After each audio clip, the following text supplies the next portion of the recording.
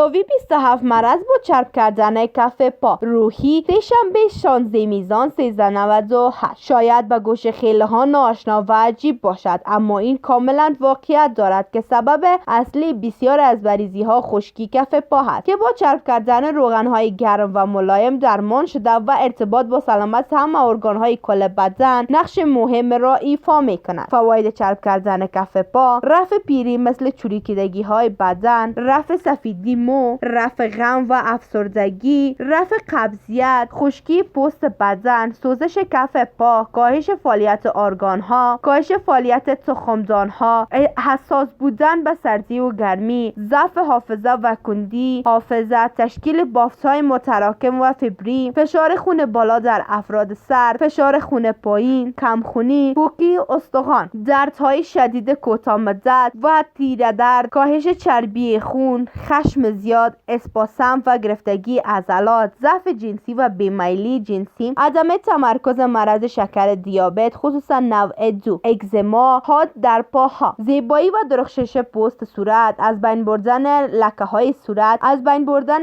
درد زانو، از بین بردن درد کمر، روماتیسم و مهمتر از همه بسیاری از سرطان ها. در سرطان ها این روش بسیار مؤثر گفته شده است، چرا که سرطان ها سردی و خشکی هستند و روغن ها تاثیر مقابل آن را دارد و بدن را از سم پاک می کند. روش استفاده: روغن زیتون و کنجد و روغن سیاه‌دانه از هر کدام 100 گرم را با هم مخلوط کنید. این مقدار روغن برای 1 ماه کفایت می کند و هر شب پاهای خود را با این روغن خوب چرب کنید و بعد از چرب کردن پاهای خود را پلاستیک بپوشید و جراب را رویش کش کنید تا صبح باشد و صبح پایتان را با آب گرم و صابون بشویید و این کار را به مدت 1 ماه ادامه دهید تا معجزه آن را ببینید. حتی با چند بار استفاده تاثیر درمانی آن را در وضعیت سلامتی و وضعیت خواهید دید.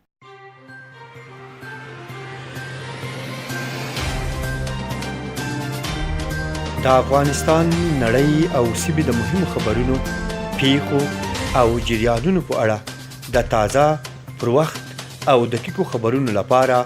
د روحي ویبپاڼې د یوټیوب چینل